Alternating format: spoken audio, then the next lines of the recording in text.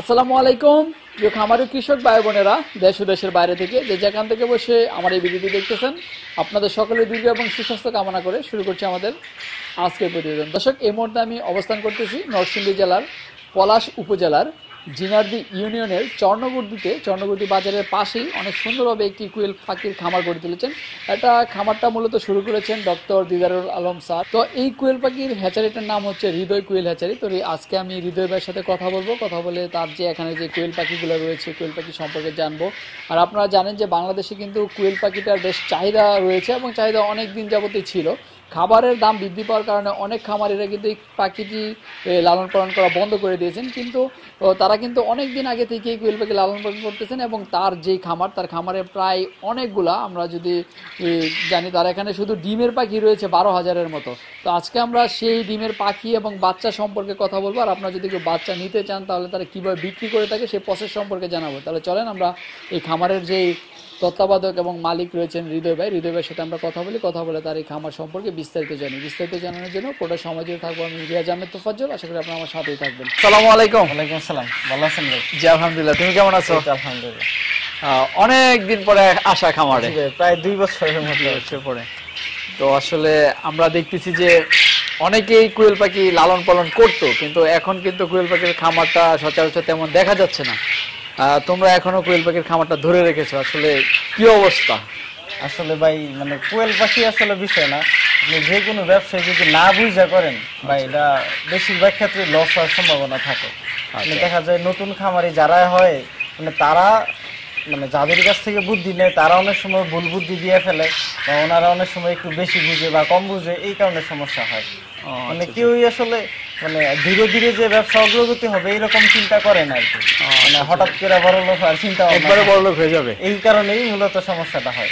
আচ্ছা আচ্ছা, এখন তো আমি তো দেখতেছি যে তোমার যে খামারে প্রচুর পরিমাণে কোয়েল পাখি রয়েছে। মানে আমি 3টা শেড দেখলাম, 3টা শেডে একদম কোয়েল পাখিতে ভরপুর। কোন কোন সাইজের এবং কতগুলা কোয়েল পাখি রয়েছে? ভাই আমার আসলে আজকে বাচ্চা বেরিয়েছে 9,000 সামথিং ছোট বাচ্চা। আর আপনি ডিমের জন্য পাখি আছে প্রায় 8,000-এর মতো। আর যেগুলো বাচ্চা মানে ফুটাই যে 20 ডিম ওইটা হলো আপনার 4,000-এর মতো এরকম। আচ্ছা আচ্ছা, যে একটা হচ্ছে গিয়ে ডিমের জন্য মোট 8,000, বাচ্চা ফুটানোর জন্য হচ্ছে গিয়ে 4,000। তাহলে মোট ডিমই পারতেছে 12,000-এর মতো কোয়েল পাখি। হ্যাঁ হ্যাঁ, আচ্ছা অনেক, তাহলে বিশাল। হ্যাঁ এগুলো কি ডিমের না বাচ্চা ফুটানোর নাকি? না, এগুলো হলো আপনার শুধু খাওয়ার ডিমের আর কি। আচ্ছা, খাওয়ার ডিমের না? আচ্ছা আচ্ছা। তো আসলে তোমরা তো অনেকদিন যাবতীয় কোয়েল পাখির সাথে জড়িত আছো এবং ভবিষ্যতেও থাকবে। তো কোয়েল পাখির আসলে আমরা যদি একটু লাভ লস সম্পর্কে জানতে চাই, কিরকম? ভাই আসলে আলহামদুলিল্লাহ এখন ডিমের দাম মোটামুটি ভালো। ডিমের দাম ভালো, খাবারের দাম বাড়ার পাশাপাশি ডিমের দামটা মোটামুটি ভালো আছে। এই জন্য আসলে মোটামুটি 1,000 পাখি করলে আপনার এখন নর্মালি ভাবে 10,000 টাকা থাকে ইনশাল্লাহ যে কোনো ভাবে। আচ্ছা, খাবারের দাম বাড়ার পরে সবকিছু বাদ দিয়ে যদি একটু বুঝে করতে পারে আর কি। আচ্ছা আচ্ছা আচ্ছা। তো বর্তমানে কোয়েল পাখির বাচ্চার রেট কিরকম আছে? ভাই বাচ্চার রেটটা আসলে খাবারের দাম ওষুধের দাম একটু সব বিষয় মিলে একটু বেশি আছে।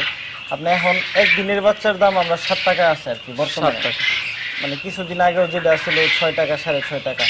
আচ্ছা, আবার মানে বাড়ার কারণে খাবারের দাম ওষুধের দাম তাই একটু বাইরে গেছে। আচ্ছা, তো কেউ যদি পাখি নিতে চায় তাহলে মানে আপনার যদি কেউ পাখি নিতে চায় তাহলে তোমার কাছ থেকে কোন কোন বয়সের পাখিগুলো তারা নিতে পারবে? মানে আমি তো আসলে সব বয়সের বাচ্চাই মানে আমরা রাখি সাধারণত। যেমন 15 দিনের বাচ্চা আছে আমার ওই জায়গায় 6,000। আবার মানে যে কোনো বয়সেরই চাইলে দেওয়া যায় সম্ভব। তবে নতুন অবস্থায় আপনার মানে ছোট বাচ্চা দিয়ে না করাটাই ভালো। যারা নতুন খামারি তারা বড় বাচ্চা দিয়ে শুরু করতে। আমার মতে যে 100 পাখি পাললেও প্রবলেম নাই, সমস্যা নাই, কিন্তু বুঝে যায় না পালাটা খুব দরকার আর কি। আচ্ছা, 100 পাখি তো আর বাণিজ্যিক ভাবে লালন পালন করা যায় না, এটা তো শখের জন্য পালতে পারে। হ্যাঁ, আচ্ছা আচ্ছা। তো যদি কেউ বাণিজ্যিক ভাবে শুরু করতে চায় তাহলে সর্বনিম্ন কতগুলো দিয়ে শুরু করতে হবে? মিনিমাম 600। মিনিমাম 600, মানে 5 থেকে 600-এর মধ্যে।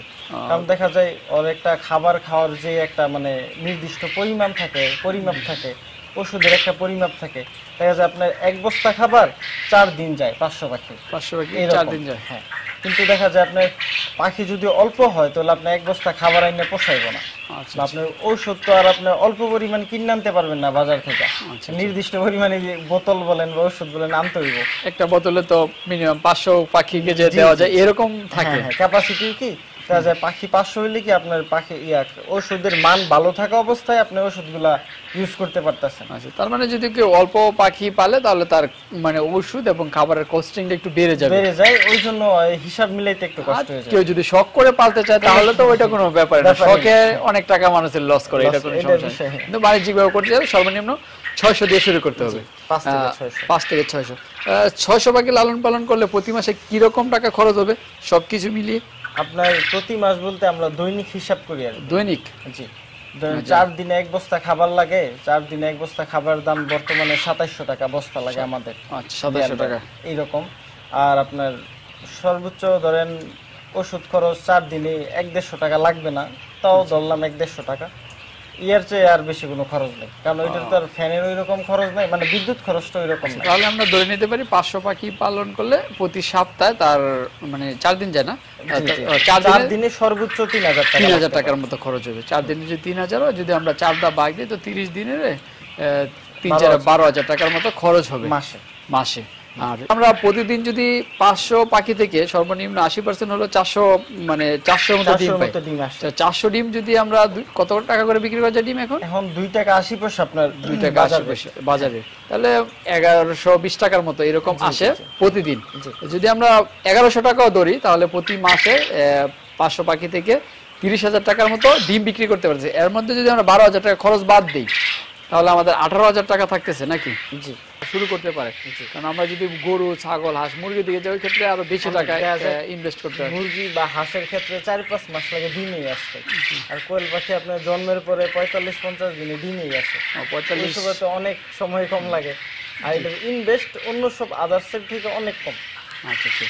তো তোমরা তো খাঁচা এবং ফ্লোরে দুইভাবে লালন পালন করতেছো, মানে কোনটাতে লালন পালন করাটা ভালো, আর এবং খাঁচায় কেন করা হচ্ছে এবং ফ্লোরে কেন করা হচ্ছে? মানে খাঁচায় বিষয়টা হলো কি, এটা কম জায়গায় বেশি পাখি রাখা যায়। আচ্ছা আচ্ছা। আর আপনার আরেকটা ব্যাপার হলো খাঁচায় একটু রোগ কম হয়, কিন্তু আবার খাঁচায় পরিশ্রম বেশি, প্রতিদিনের ময়লাটা প্রতিনিয়ত ফালাইতে হয়। আচ্ছা, না হলে গন্ধ হয়ে যায়।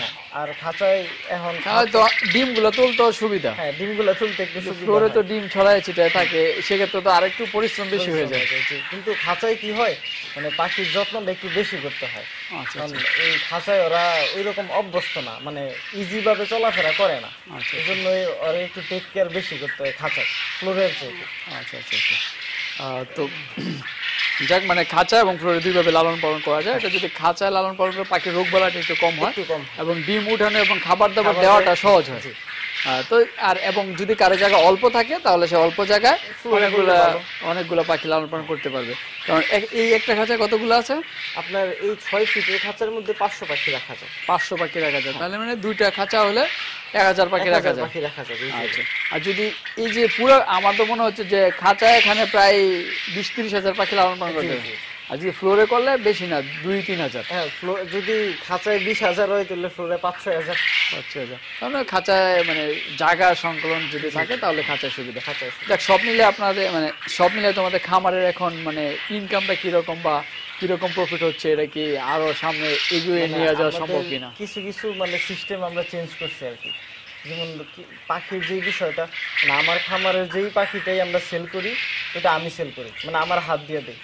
দেখা যায় আগে আমরা কর্মচারী দিয়ে দিলে কি হয়, কমিটমেন্টের প্রবলেম হয়ে যায়, ওদের কাজ দিয়া কাজ শেষ, কিন্তু তখন কাস্টমারের একটু প্রবলেম থাকে, আমারও থাকে।